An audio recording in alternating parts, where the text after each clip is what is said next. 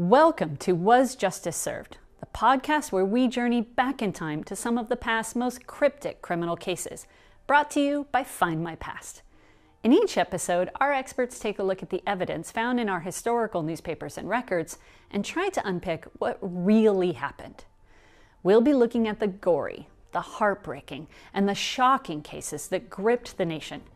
Join us as we uncover some of history's most scandalous crimes, follow the twists and turns of the trial, and ask the ultimate question, was justice served?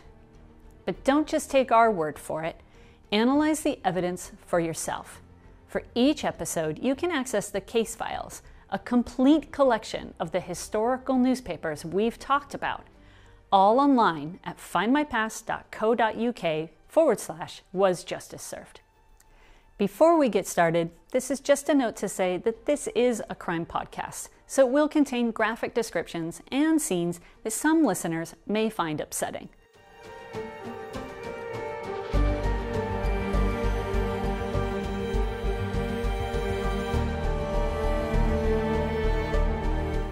Welcome to the 5th episode in this series. I'm Jen Baldwin, professional genealogist and research specialist for Findmypast.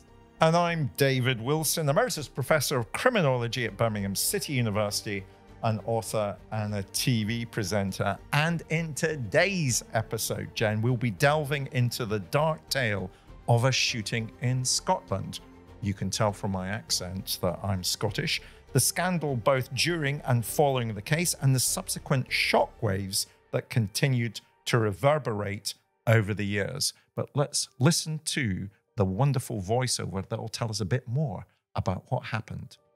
It's just after 7 a.m. on the 10th of August 1893 at the Ardlamont estate, a secluded, sprawling house and grounds on the west coast of Scotland. The day is grey and rough, with thunder and lightning rolling across the sky. Archibald White, the estate gardener, is working on one of the plantations and hears the crack of a shotgun. It doesn't concern him. The gentlemen of the estate, Alfred Monson, Cecil Hamborough, and their guest, a man simply known as Scott, shoot game regularly in the acres of unspoilt woodland. You could hardly find a tree which doesn't bear the marks of their sport. 2 hours later, while going about his duties, footman James Wright passes Monson and Scott holding a brace of rabbits and conferring anxiously in the house's dining room. Monson calls to him. Hamborough has shot himself. Go, he's in the woods. James hurries to the woods, but is unable to find Hamborough. So he returns via the stables where he meets the gardener, Archibald, and an estate ploughman. Monson shouts to Archibald to fetch a rug for the body and guides the group up to an old dyke at the edge of the woods.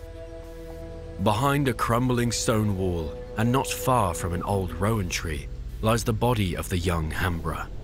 Stocky and tall, he had cut the quintessential gentleman, clad in hunting knickerbockers for the day's sport. Now he is lifeless, lying on his back, a pool of blood seeping into the ground around his head. His cap has been blown off and lies close by. Curiously, there is no gun to be found anywhere near him. Go and fetch the doctor, for goodness sake, Monson directs one of the men, just as the estate's property manager, John Stephen, arrives on the scene. As the group heaves Hamborough's body onto the rug, dark blood oozes from a 3-centimeter wound in the back of his head, behind his right ear. Archibald notices that on the ground, close to where his head was, lie 2 fragments of bone, one which contains 3 pellets of shot. By 10:30, Hamborough's body lies in his bedroom, cleaned and undressed. The group waits for the doctor.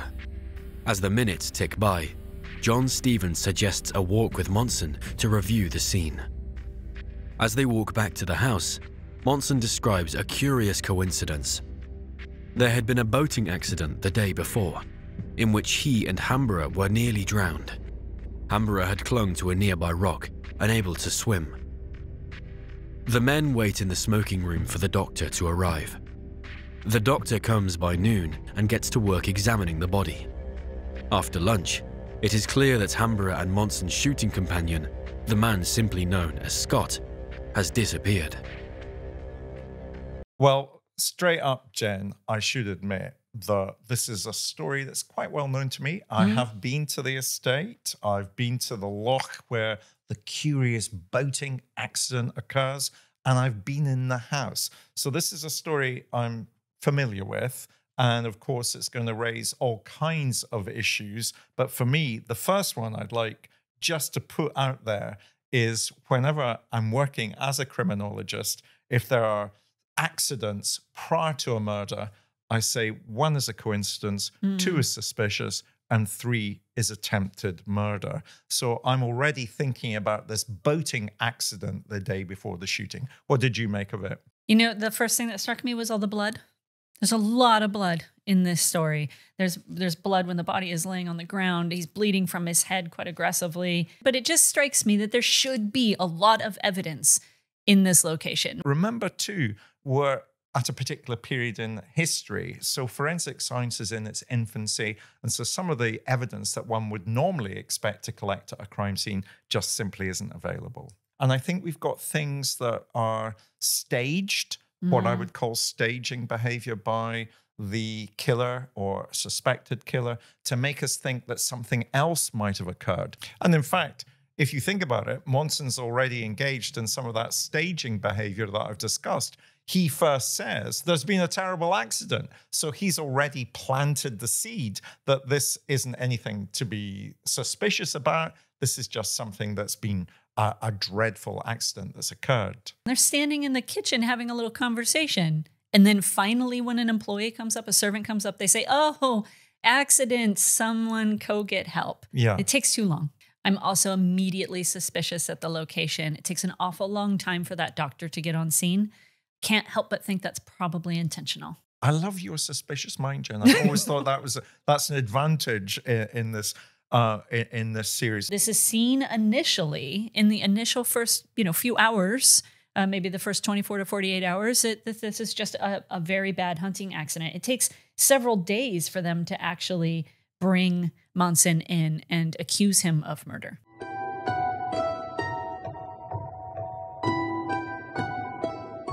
Now, look, though, just because I'm familiar with some of these characters doesn't mean to say the listeners are. Very and true. Could you help us with some of the key characters that we've been mentioning already? Yeah, absolutely. So we have 3 primary characters. The one that we know the least about is Scott, just simply known as Scott. And as we heard, he is there on scene. He's part of this hunting party, but he disappears quite quickly. There's Monson, and then there's Hamborough, who ends up being our victim. Both Monson and Hamborough are actually from relatively well-established families. That's actually very unusual in terms of criminology. Often we find out lots more about people who are murdered, but who don't have very much money. Here we've got very titled people at the heart of this story, haven't we? Yeah, we absolutely do. Let's start with Cecil Hamborough. Full name, Windsor Dudley Cecil Hamborough. Doesn't roll off the tongue naturally. Doesn't really, no. Born in 1873, the family live on the Isle of Wight. They are well established. His father is a gentleman, has various roles and interests across his career. He's a magistrate, a landowner. He's a businessman. He's a ship owner. He's an army officer. Well-established family. So in 1890, the father, commissions this man, Alfred Monson, to become his son's tutor and prepare him for kind of his adult world. At this point, Cecil is 17 years old. What age is he when he dies? What age is Cecil when he dies? He is just 20. Just 20. So this is 3 years after Monson is engaged to become the tutor of Cecil Hamborough. So this is a period when you were buying a commission into the British Army. And in order to fulfill that role, to act appropriately, you had to be trained how to do that. So essentially, Alfred Monson is in this role as an army tutor specifically. He is preparing Cecil for this role of the British Army life and to be an officer in the army. So age 19, 2 years after Monson enters kind of the family picture, he does join the army at the rank of second lieutenant. and he's with the 3rd Battalion, the Princess of Wales' own, the Yorkshire Regiment. So he does start his army career. And by all accounts, these two men become quite good friends. They're very close. They stay together regularly. Monson and Hamborough are around each other all the time. And would a tutor in these circumstances be paid a great deal of money, or is it just a lifestyle thing? It's a bit of both, actually. So the salary wouldn't have been considerably high, but it certainly would have been enough to live off of. But you also get the benefits of the family you're working for. You're traveling with them, you're staying in their houses, you're eating at their table. So there's a lot of perks, if you will, to the job. So there's a sense of glimpsing another class's lifestyle. But Monson himself didn't come from a working class background, did he? Definitely not. What do we know about Alfred Monson? Monson himself is originally from York. He's the 3rd son of a reverend. And his mother actually comes from a slightly better family in terms of class. She ends up marrying down just a little bit in order to become a Monson, but they are a well-to-do family, certainly. They move around a little bit as a result of his father's position as a rector, but they have a large family. So in 1871, Alfred is one of 11 children in the household. That is big, even for Victorian standards, isn't it? Definitely. And the remarkable part about that is largely that all of the children survive. They survive infancy for sure. And that's quite remarkable, but also a testament to their class, right? They have food, they have clothes, they have care when they need it, medical services, and so forth. And presumably, though, it takes quite a bit of income to keep putting food on the table. Absolutely. Absolutely. But of course, as a position with the church, his father is stable, established. They certainly benefit from the community, etc. So they live in comfort. They're very comfortable. The son of a cleric who has 11 children, prospects for him. He glimpses another lifestyle through his mother, but what would be the prospects for somebody who was, in inverted commas, a gentleman at the time, who didn't really have a career as such? Yeah, it's interesting because he probably could have had a number of different choices in front of him. He himself could have joined the army as well, probably could have afforded a commission, albeit maybe not a very good one. Probably could have gone to school, but again, not a very good one. There are 11 mouths to feed, so you have to consider the whole kind of family budget. But he ends up leaving the house at the age of 20, and he finds work as a tutor. So this is a very common path. So he is a working man, but he is in certainly one of those kinds of positions and occupations that is going to give him that kind of the step up. And he moves abroad. He does. He goes to South Africa. He actually ends up going to South Africa in 1881 at the age of 20. And that's where he meets his wife, Agnes Day. And she's going to become much more important in the story as we move forward. But let's keep thinking about Alfred at the moment, Jen. Yeah, so he has kind of a quiet life for the next few years. But in 1890, he is arrested, we believe for the first time, on warrant.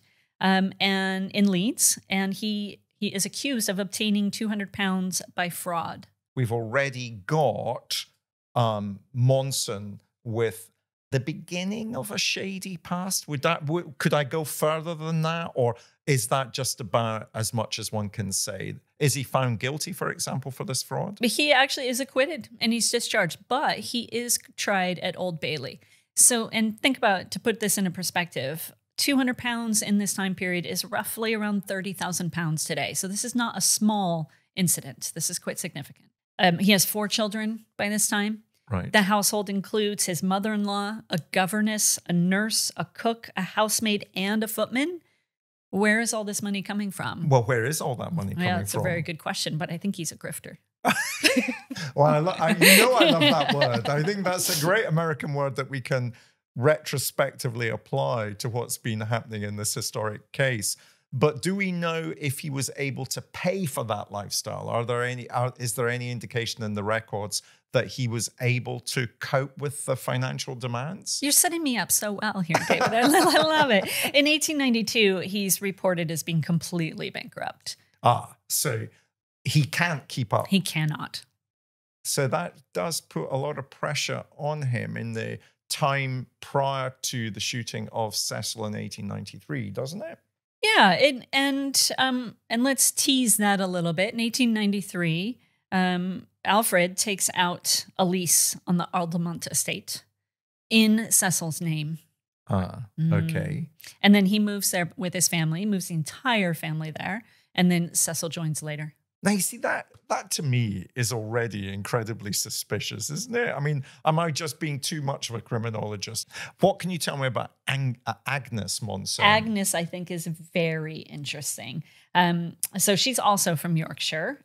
She's born in 1860. She grows up in comfort. Again, we're not talking about a lower class here. We're talking about people who have a relatively comfortable situation.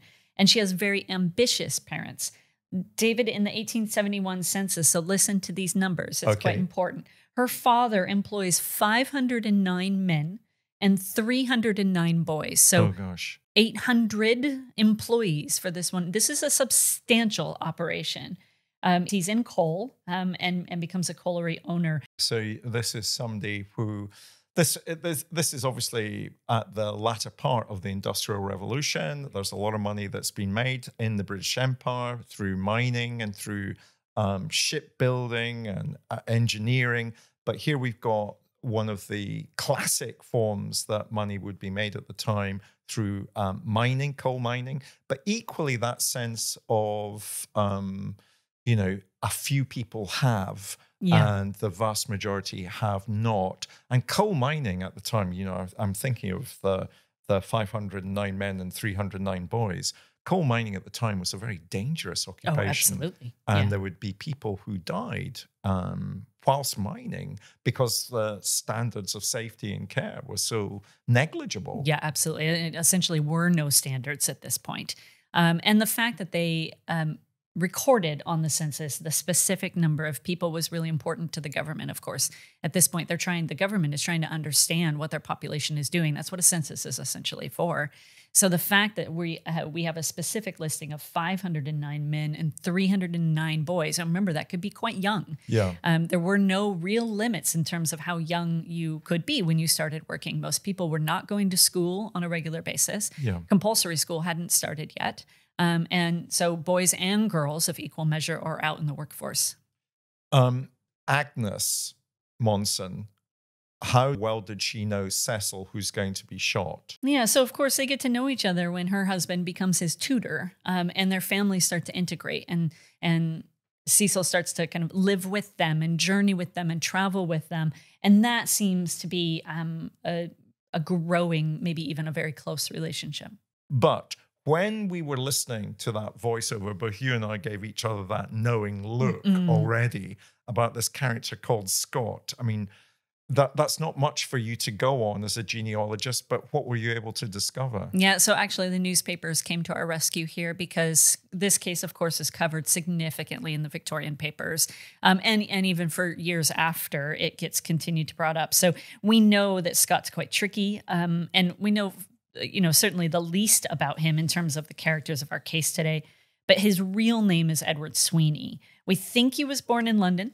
Okay. We know he has a brother named George because he testifies in the case. And George is a long-term porter at the Westminster Palace Hotel. He was there for over 20 years. So he has at least one family member who's quite established. Right. Yeah. He operates as a bookmaker, and he uses his father's address for that. And he uses an alias. It's either Ted or Edward Davis. So we've already got 3 names for this guy. Yeah, come on. That's also incredibly suspicious, isn't it? You kind of think, why would you need to have all these aliases? What is it that you're hiding? Bookmaker. You mentioned he was a bookmaker. Does that have status, or is that seen as a bit disreputable? It kind of depends on who you ask in this period, but there's certainly an edge to this occupation. You probably are not the person who wants to use your real name. Generally speaking, you're trying to hide the fact that that's what you do. You said that Scott disappears immediately after this incident. Does he ever reemerge? He does come back, but we know from his brother George that he was close to death, at least at one point in his young life. He has ill health, so the suspicion is that he's someplace sunny. We think Scott ran off to Australia.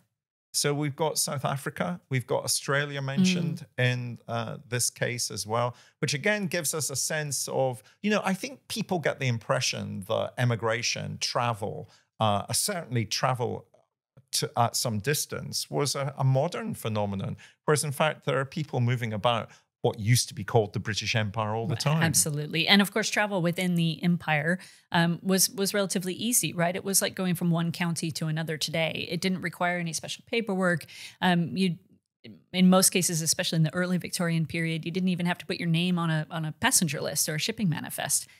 So if we go back over the kind of the history of travel in and across the islands and across what we today refer to as the Empire or the Commonwealth, we rarely actually see kind of this idea of businessmen, if you'll use a modern term, commuting in some regard. And that goes back to the 1600s. We can trace people going back and forth across the Atlantic many, many times as the colonies are developing in North America, for example. So it's a great way to disappear. It's a great way to reinvent yourself. It's a great way to put your past behind you. Absolutely. And at this point, all of those areas, Australia, Canada, South Africa, they are asking for people to come to these countries, to help settle, to continue the legacy of Britain, to make sure that we're a very British colony, even though we are thousands of miles away.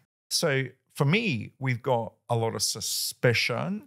And I think we've got enough suspicion that the Procurator Fiscal, which is a Scottish judicial officer, would want to investigate with a view to bringing or not bringing charges in relation to what had happened.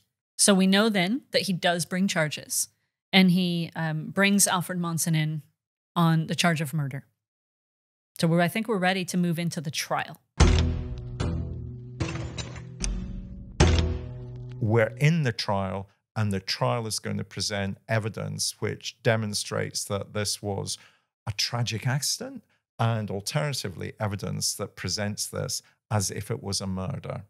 And we know from the newspaper content, the contemporary reporting on this case, they speak to a remarkable mass of evidence.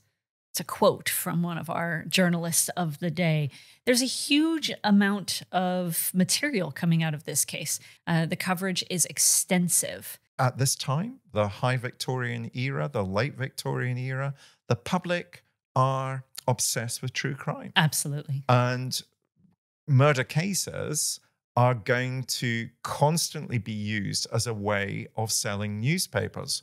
And remember, we're not so far away from the Jack the Ripper murders. Yeah, definitely. And 1888. And here we've got, a few years later, another murder mystery, as it were. And we've got something that's also going to be salacious and titillating, in that this is a murder mystery, not about women on the streets of London, but about high class, upper class families who are well-to-do and what might have happened or not happened. The first thing to say is we'll have a lot of so-called circumstantial evidence in relation to what happened.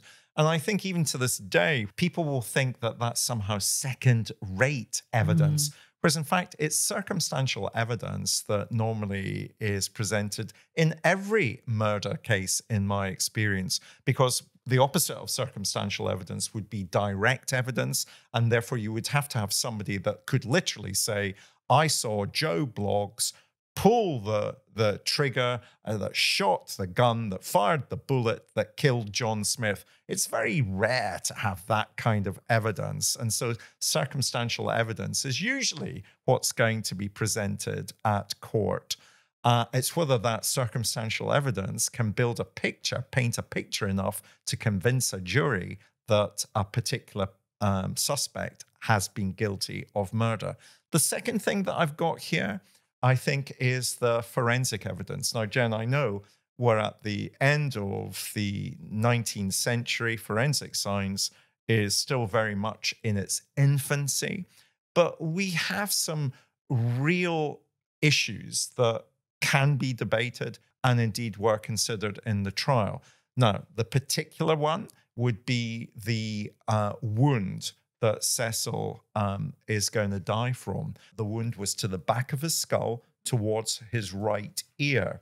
Now, is it possible for somebody to fall forwards or indeed fall backwards, and their own gun that they're carrying causes that injury. We do see a bit of that in the newspaper reports. They talk about how they're experimenting with the different guns that are used by the two men and comparing results. We have evidence being presented by Joseph Bell of Edinburgh, who's going to inspire Arthur Conan Doyle to create the character Sherlock Holmes, in war veteran doctor, inevitably called Dr. Watson. No. And I think we know where that That's leads. very familiar, David. Yeah, did you make that up? No, I wish I had. Couldn't be any better. think of the money I would have made. The prosecution claim through the Joseph Bell that this is not accidental. It couldn't have been done by him falling either forwards or backwards. But there is an alternative expert who says, oh, yes, this is perfectly consistent with this simply being a tragic accident. And that kind of forensic evidence, therefore, is not going to take us further forward in terms of proving guilt or innocence. And then I think the final piece of forensic, as it were, evidence that we could consider is the gun that shoots the bullet. What type of bullet was it that kills Cecil? And whose gun would that cartridge have normally been within? Alfred Monson was normally somebody that carries a 12-bore shotgun, and the bullet that shoots Cecil is a 12-bore.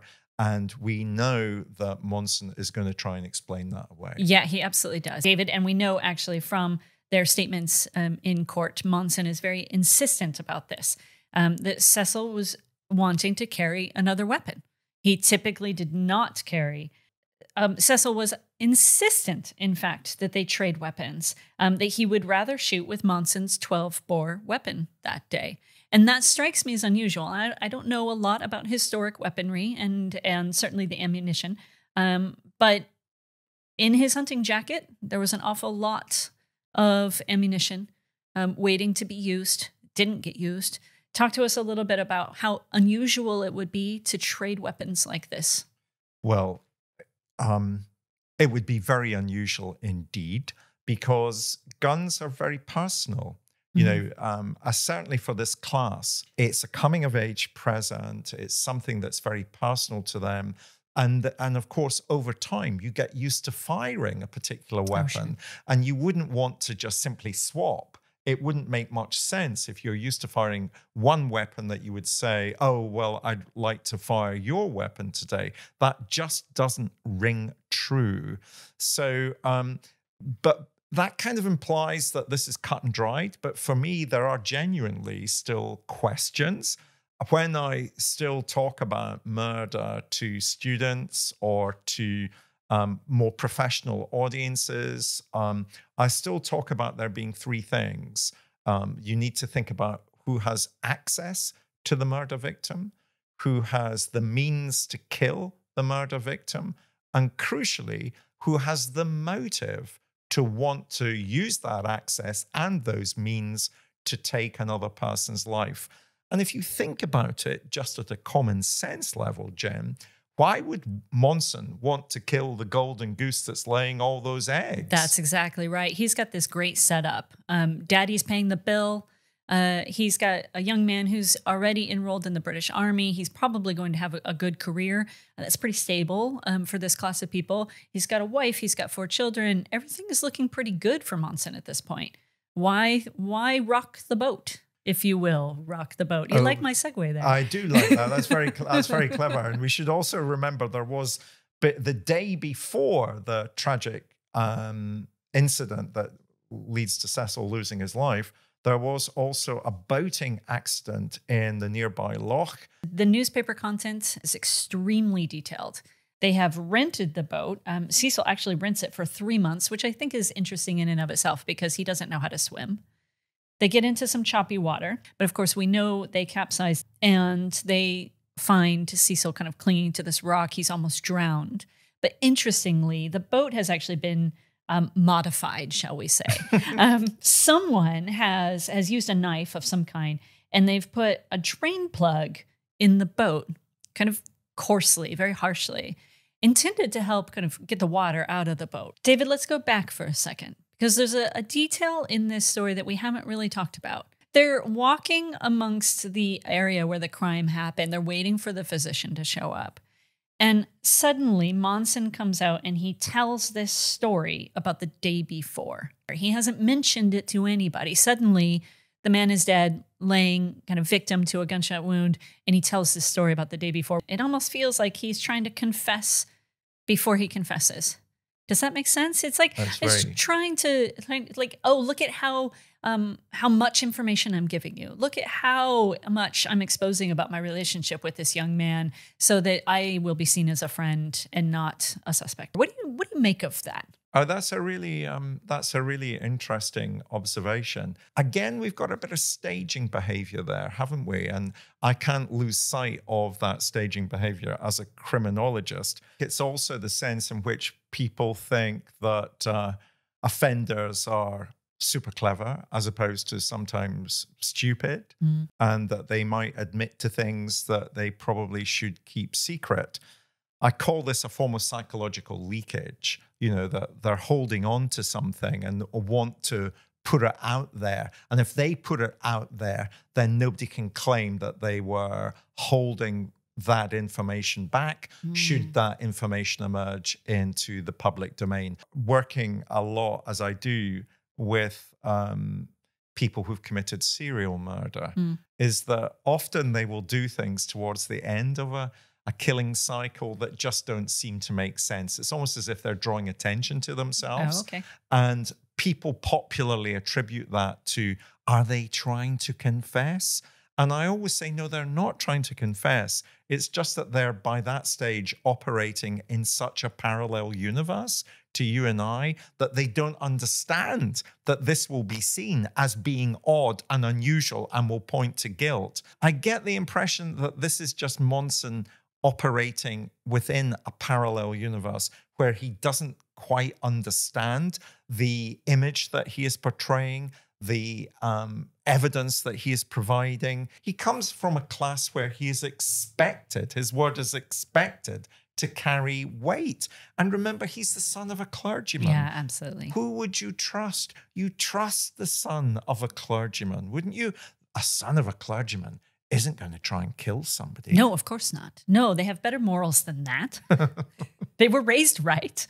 But I wonder to what extent there have been other attempts on Cecil's life that haven't emerged. I was absolutely just thinking the same thing. Like, does this strike you as a first-time attempted murder because of these mistakes? Or is this someone who's had some practice? This is somebody, for me, that would have had some practice. The interesting character, therefore, is also Scott.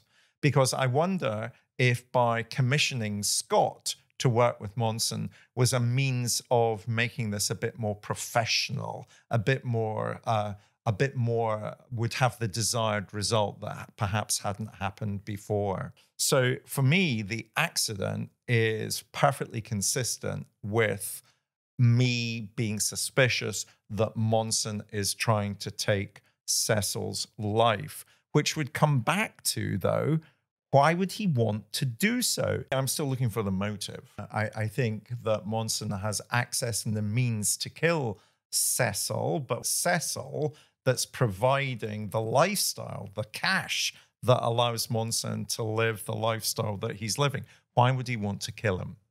Yeah, there's a really big reason for that. It's a life insurance policy. There we go. I thought there's usually money somewhere. There's always money, right? It's actually 2 life insurance policies. Double the trouble. Double the trouble. Guess who the beneficiary is? I'm going to say it's Monson. It's Monson's wife. Oh, interesting twist. Tell us a wee bit more about the life assurance then. What was the life assurance worth? Life insurance is worth £10,000 each. But in today's money, what would that be worth? Around 1.6 million. So there's a good motive. Yeah, that's a lifetime. That's the rest of their life set up. Gosh, that is one of the reasons then why there... Did this crop up at trial, though? Did, yeah. And in fact, the defense brought a letter as evidence Cecil wrote a letter to Agnes, and it says that he is taking out these policies as security for all monies due to you from me, and as security against all liabilities incurred by you on my behalf. He felt indebted to the Monsons, and certainly to Agnes. Oh, there's a wee bit more. Yeah, it's a little bit more complicated, a wee right? bit more complicated, isn't it? Does this imply there was a relationship between Cecil and Agnes? So Agnes actually becomes a pretty key component of this story. But again, this doesn't come out in trial. It's not part of the testimony at all. Again, just to remind everybody, she comes from a rather comfortable background, right? It's her father that has all these employees, and they live in comfort. And she is now economically moved quite far down, right? Cecil is again, her gravy train just as much as it is her husband's, right? So she wants that class of life, and husband is not providing it. She's grifting too. She's grifting too, absolutely. We know that Agnes and her husband filed for divorce 7 years after the case. And the reason they use, Monson actually files the paper, Alfred files the paper against her in 1898, and he claims that she and Cecil are having an affair. So this really is motive, but this isn't going to come out at trial. Right. What comes out at trial is instead what we've discussed. It's interesting, though, because when Cecil dies, here is this young man who obviously comes from a nice family, should be fairly well established. He's got this man hired as a tutor, but he actually only has 77 pounds to his name when he dies. So Cecil is also having financial difficulties.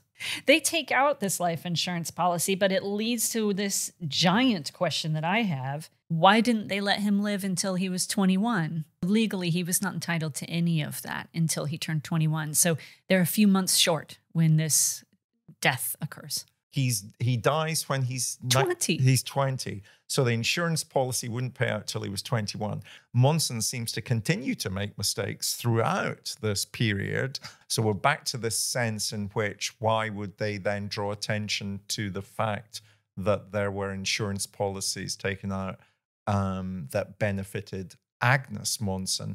And I suppose in the same way that we think of Alfred Monson as leaking information because he doesn't think he's going to be challenged on it, here they're just hoping that nobody will notice that poor Cecil was too young at the time he died for the policy to be paid out. Yeah, the Monson says, they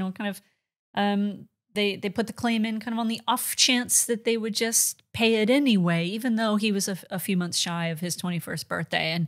And maybe it will come to us. They are in deep financial straits at this point, and they're really seeing this money as a way to secure their future, no doubt. Oh, gosh. So we've got access. We've got Monson, who can have access to the victim, Cecil. We've got means. Obviously, they're carrying guns, although the day before there was also, it seems to me, a suspicious attempt to have Cecil drowned. And now you've given me motive. There's a lot of money to be gained here if the life assurance policies had paid out.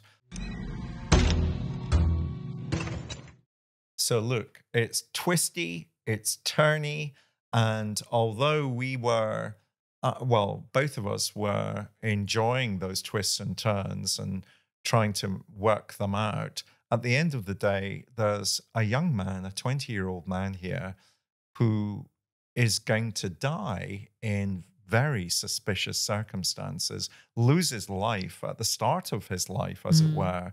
And already there seems to have been determined attempts to take his life. David, based on what we know so far, is the evidence here strong enough for you to make a call? Is he guilty? Oh, I've got no doubt of guilt, but that's the problem about talking to a criminologist, Jen. I tend to always think that they're guilty, the suspects in these kinds of cases. I say guilty too. Oh, well, we've agreed, but we I think tend it's to guilty. agree. I think over the course of the podcast, I think I've begun to influence you into thinking in Quite my way. Quite possibly. The verdict, though, from the jury officially is an interesting one because it's very unique to Scotland. They return a verdict of not proven. Tell us what that means. In Scotland, you're right. Scottish law is very different to English law, and the Scottish judicial system is independent of the judicial system of England and Wales and of Northern Ireland. And the Scots are very proud of their legal history, and rightly so. And in Scotland, there are 3 possible outcomes: guilty, not guilty, and not proven. And that quite simply means that the prosecution haven't demonstrated that they can prove their case beyond a reasonable doubt.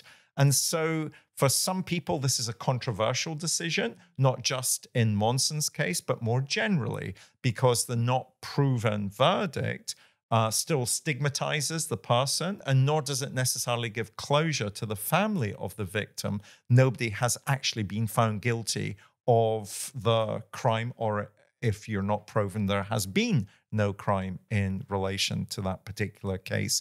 The Scots still have the not proven verdict. It's again up for discussion at the moment in the Scottish judicial system. And Sir Walter Scott would go as far to claim that the not proven verdict was, to quote him, the bastard verdict. So it remains a very controversial part of Scottish law. And there are periodically attempts to abolish that particular type of decision. So let's look really quickly then at what happens after the trial, because this isn't over. This story keeps going. Agnes continues to play a role here. And her position in this case might even be potentially slightly overlooked. Obviously, the affair didn't come up in the trial at all. And we know that the revelations of that affair actually had some pretty severe consequences. Before the divorce is filed, she takes her husband to court for desertion of her and her now 6 children. Gosh, I like this coda at the end of the case, because so often women at this time are almost written out Absolutely. Of the narrative. And here we've got, I don't know what to make of Agnes, but at least there's some agency going on here whereby she begins to try and construct her own history as opposed to having a man construct it for her. And she's still a schemer. She actually fights against Cecil's father in court as the executor of his estate, saying, you can't go ahead and process that estate without me. I have a life insurance policy on him, and I still deserve my share. And then she continues to pick up. She has further brushes with the law, and again, does not kind of go quietly. One case in particular, she failed to pay her payment of rents. And so she's in trial, in and out of minor courts over the next several years. So clearly in financial difficulties, and has a hard time basically for the rest of her life. Monson is going to crop up again, because when Madame Tussauds opens their Chamber of Horrors, they have a waxwork of Monson holding a shotgun at the entry to the Chamber of Horrors.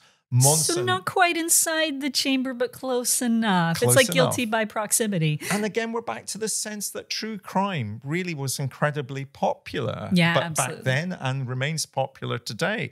Monson takes offense. Remember, I've kind of consistently said Monson doesn't really have a good sense of self. He doesn't understand the impression that he's giving. He doesn't understand how the things he says or does might be interpreted by others in a completely different way from how he interprets them. So there's this waxwork of him at the entry to the Chambers of Horrors. He sues Madame Tussauds. He wins the case and is given as damages 1 farthing. 1 farthing.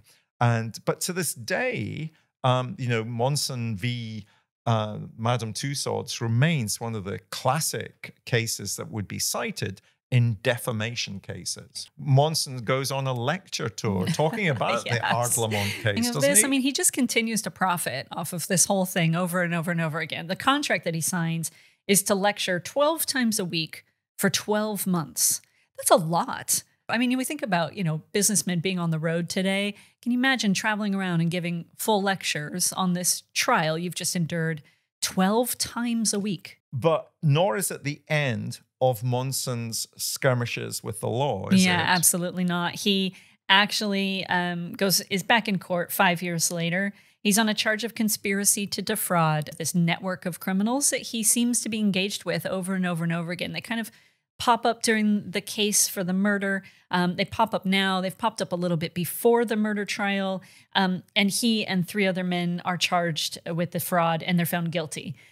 So he actually goes up against a life assurance society where they basically scam the organization into thinking that someone is posing as one of the men to receive a life insurance policy. He's convicted, and he's sentenced to 5 years penal servitude. What that demonstrates for me more criminologically is that I have a rule of thumb, which I teach to students, that the best indication of future behavior is past behavior. Makes sense to me. And here we've got past behavior in terms of defrauding people, grifting, and it continues throughout Monson's life.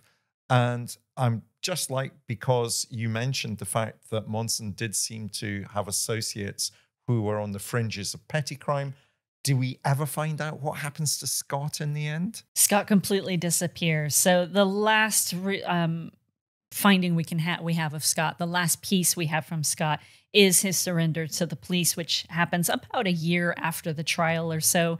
He makes a statement, and it's obviously in connection with the murder trial. But again, he just kind of holds up whatever Monson says, and he just walks away, walks into the sunset.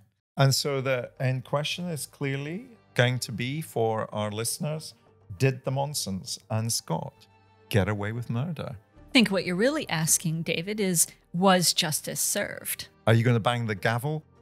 There we go. Well done. So that's it for this season. It's really flown by. I've loved working with you, Jen. It's been an absolute pleasure, David. Thank you. Make sure to follow the podcast so that you get the updates for when we return for the next season of Was Justice Served? All the stories you've heard in this podcast were uncovered using Findmypast historical newspapers and records.